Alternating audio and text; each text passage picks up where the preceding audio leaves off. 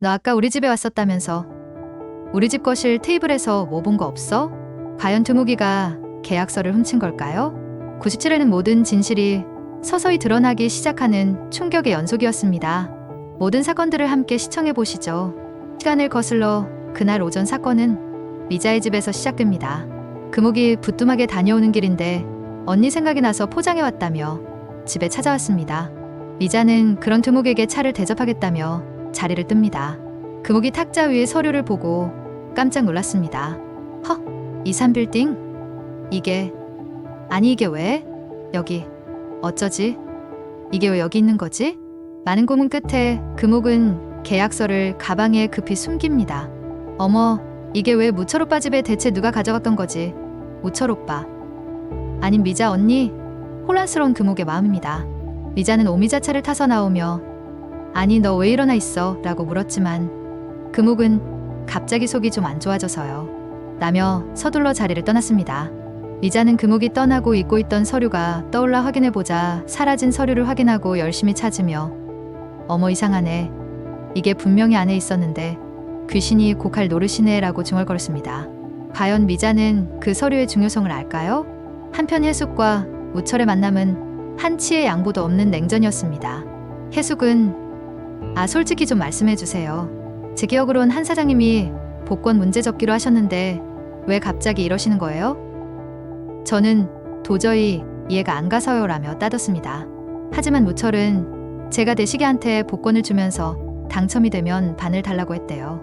그 말을 지키는 것뿐입니다 라며 단호했습니다. 해숙이 그건 알겠는데요. 우리 그이는 동의한 적 없으니까 꼭 그 돈을 줘야 하는 의무는 없는 걸로 알고 있거든요. 그리고 그 말에 무슨 증거가 있는 것도 아니고. 이 말을 들은 무철은 돌변했습니다. 그럼 제가 하지도 않은 말로 우기냐는 말씀이십니까? 그리고 마지막에는 이보세요. 이해숙 씨. 정말 이 집까지 뺏겨봐야 정신을 차리시겠습니까? 라며 협박까지 했습니다. 적어도 사람이 염치가 있어야지 라는 무철의 차가운 말에서 예전에 듯한 무철이 완전히 돌아왔음을 느낄 수 있었습니다. 집에 돌아온 무철은 미자에게 해숙이하고 복권 얘기했는데 다시는 그 문제 못 꺼내게 말을 잘했으니까 신경 쓰지 마요 라며 태연하게 거짓말을 했습니다.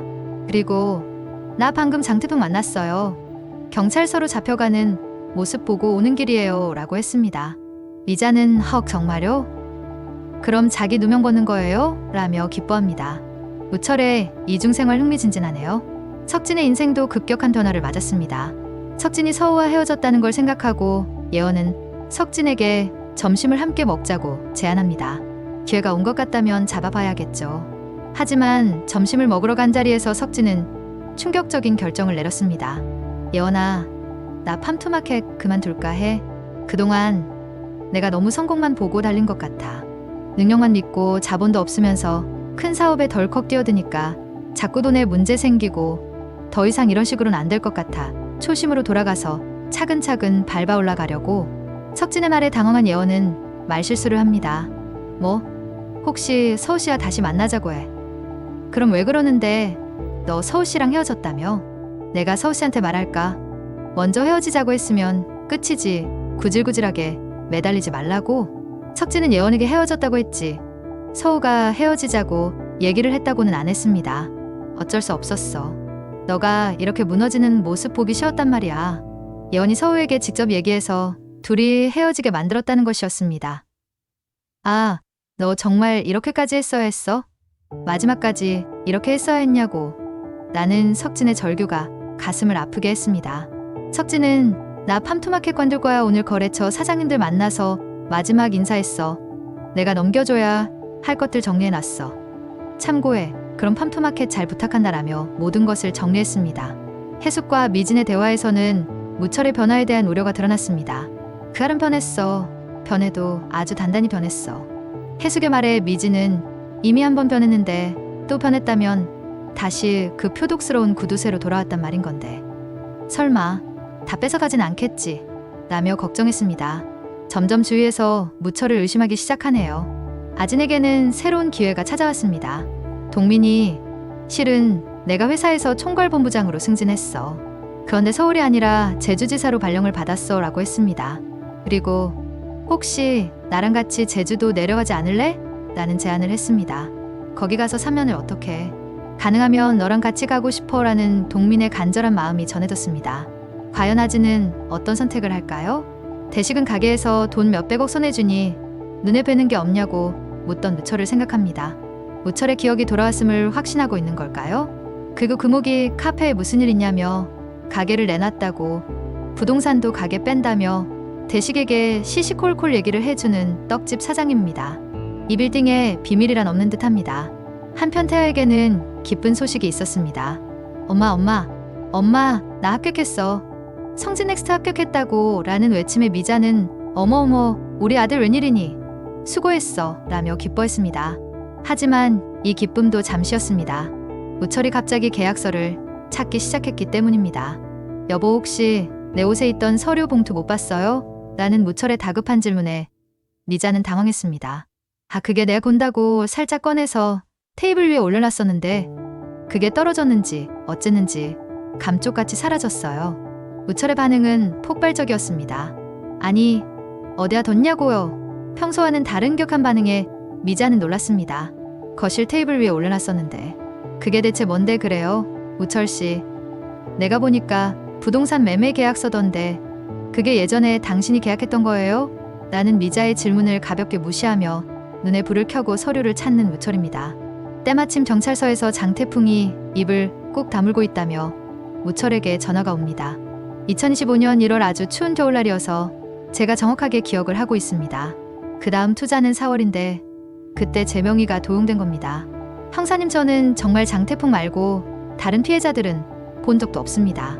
구체적인 날짜까지 기억하고 있는 모습을 대식이 우연히 보게 됩니다. 너 기억하 돌아왔지? 라는 대식의 직격탄에 무철은 그게 무슨 말이야? 라며 시치미를 뗐습니다. 하지만 대식은 모른 척하지 마. 어쩐지 이상하다 했다. 그래서 당첨금을 다 내놓으라고 하는 거야? 라며 확신에 찬 목소리로 따졌습니다. 무철은 기억? 뭐 조금씩 돌아오고 있었지. 지금도 마찬가지고 네 마음대로 생각해. 라며 대수롭지 않게 대답합니다. 하지만 대식의 다음 말이 더 인상적이었습니다. 네 기억이 얼마나 돌아왔는지 모르겠지만 너 사람 잘못 봤어. 네가 예전에 무철이로 돌아왔을지 모르지만 난 아니야. 난 예전처럼 네 놈한테 호락호락당하고 있진 않을 거다. 다시 집으로 들어온 무철에게 미자는 미안해요. 내가 잠깐 보고 넣는다는 게 난 그렇게 중요한 건지도 모르고 라며 사과했습니다.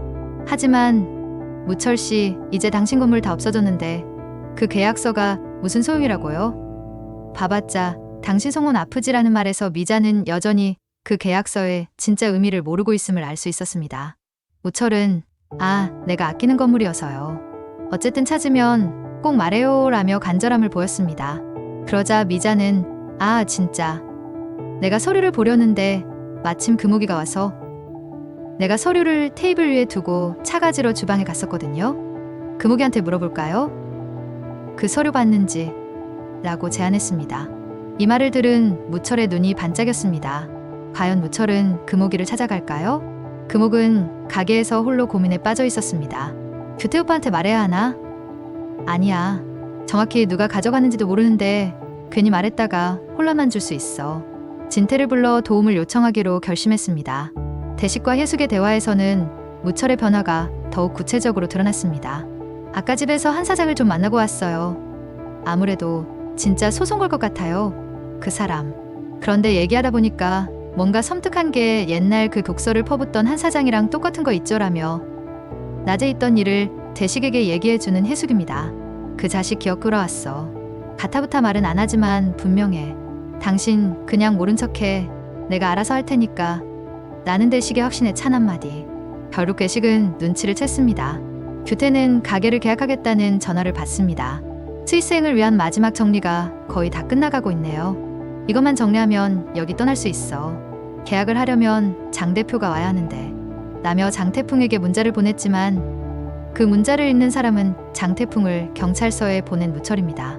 추가 투자한 돈은 잘 받으셨습니까? 대웅빌딩 건물 주신이 알립니다. 1층 카페 민들레가 가게를 내놓는답니다.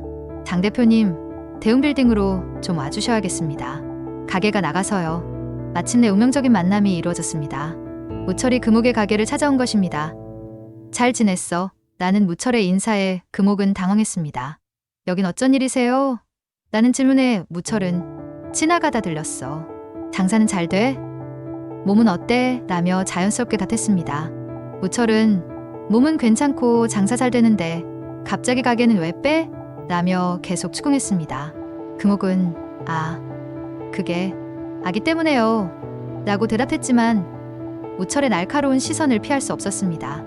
하지만 무철의 진짜 목적은 따로 있었습니다. 너 아까 우리 집에 왔었다면서? 우리 집 거실 테이블에서 뭐 본 거 없어? 라는 질문에 금옥의 심장이 쿵쾅거렸을 것입니다. 과연 두목은 이 상황을 어떻게 넘길까요? 이제 모든 퍼즐 조각들이 제자리를 찾아가고 있습니다. 계약서의 행방, 금옥의 선택, 석진의 새 출발, 아진의 미래, 모든 것이 하나로 연결되어 가고 있습니다. 과연 다음 회에서는 어떤 폭탄급 사건들이 터질까요? 금옥이 무철에게 진실을 말할까요? 아니면 계속 숨길까요? 그리고 규태는 정말 스위스로 떠날 수 있을까요? 무철의 진짜 계획은 무엇일까요? 대운을 잡으려다 모든 것을 잃어가는 사람들의 이야기가 이제 절정을 향해 달려가고 있습니다. 다음 화에서 더욱 충격적인 반전들이 기다리고 있을 것 같습니다. 좋아요와 구독 설정은 영상 제작에 큰 힘이 됩니다. 끝까지 시청해주셔서 감사합니다.